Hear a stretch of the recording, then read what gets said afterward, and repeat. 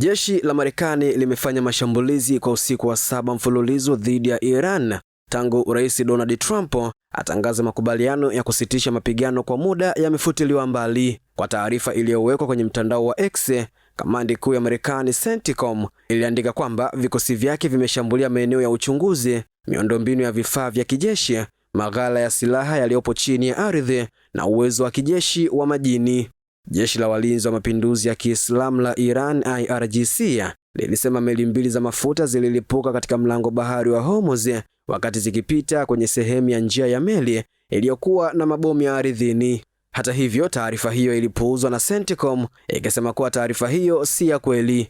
Vikosi vya kijeshi vya Jordan vilisema vilidungua makombora 10 ya Iran yaliyorushwa kwenye anga yake usiku huo, ingawa hakukuwa na majeruhi wala uharibifu wowote.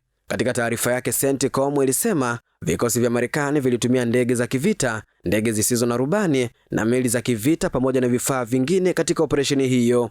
Shirika la habari la serikali la Iran Fars lilisema meli mbili za mafuta zililipuka na kushika moto wakati zikipita kwenye njia iliyokuwa na mabomu ya ardhini kusini mwa mlango bahari wa Hormuz.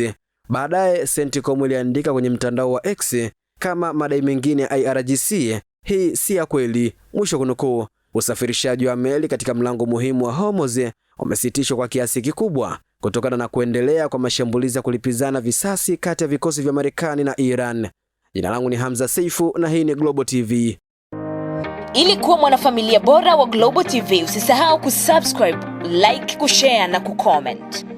Baada ya kusubscribe, bonyeza alama ya kengele ili kupata taarifa kwa kila video inayopanda Global TV Online.